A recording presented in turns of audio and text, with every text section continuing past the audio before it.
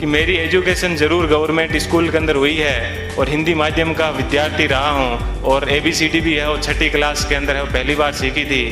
लेकिन मैंने उन विद्यार्थियों को चुनौती पेश की थी और उन चुनौती को मैंने हर जगह पर है उसको प्रमाणित भी किया है। मैंने मेरे जीवन की जो सबसे पहले शुरुआत की थी वो पटवारी से की थी। सबसे पहले मैं है वो पटवारी लगा था, उसके बाद में है वो ग्राम सेवक लगा था, उसके बाद में 3rd ग्रेड टीचर था, उसके बाद में 2nd ग्रेड टीचर था, फिर असिस्टेंट जेलर में RPSC टॉप की थी, फिर है वो स्कूल लेक्चरर था, फिर इसी स्कूल के अंदर जिस स्कूल के अंदर आज मैं आपसे मुखातिब हो रहा हूँ, इसी स्कूल के अंदर मैंने एक एग्ज़ाम दिया था असिस्टेंट कमांडेंट का, उसमें भी मैं है वो सिलेक्ट हुआ था।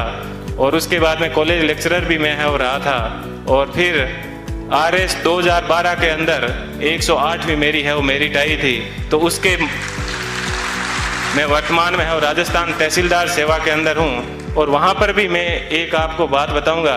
देखिए ईश्वर अपने से क्या चाहता है, कब चाहता है कि अपने को जीवन में कभी भी उदास नहीं होना चाहिए।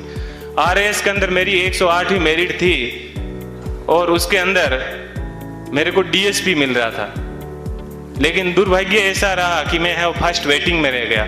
थोड़ा सा मुझे दुख हुआ कि यार अपन फर्स्ट वेटिंग में रह गए। और उसके जस्ट 1 महीने के बाद में है वो IAS का एग्ज़ाम था दिसंबर के अंदर।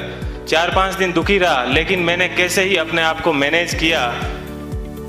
और देखिए दोस्तों, मैनेज करने का क्या बेनिफिट मिला कि जो DSP बनना था वो D आगे से हट गया और मैं SP बन गया।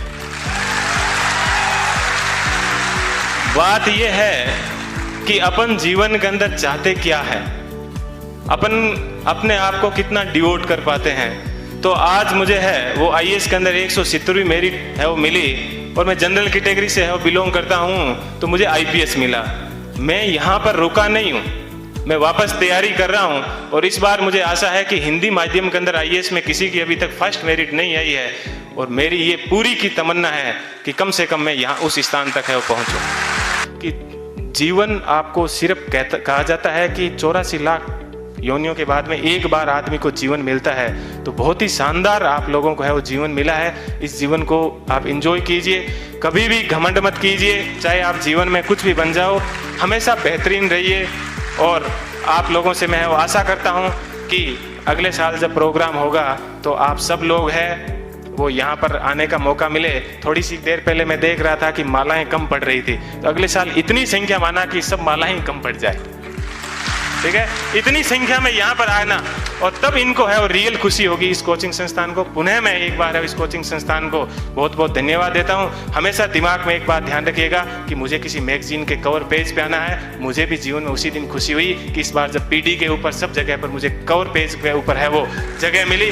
ऐसी चीज़ हमेशा ध्यान रखना कि मुझे क्रॉनिकल PD सब जगह कवर पेज पे मिला। और आज क्रॉनिकल पे प्रेम सुख डेलू के नाम से या यूट्यूब के ऊपर अनेक वीडियो चलते हैं, तो मुझे बेहद खुशी होती है। आप भी अपने जीवन में ऐसे टारगेट रखना और हमेशा युवाओं को है वो प्रेरणा देते रहना। कभी सिलेक्शन होने के बाद में ये मत कहना कि ये एग्जाम बड़ा हार्ड है, हमेशा ये कहना बहुत इजी है और यदि मैं कर सकता हूं तो आप भी ये एग्जाम है वो कर सकते हो। एक बार पुनः आप सभी लोगों को है वो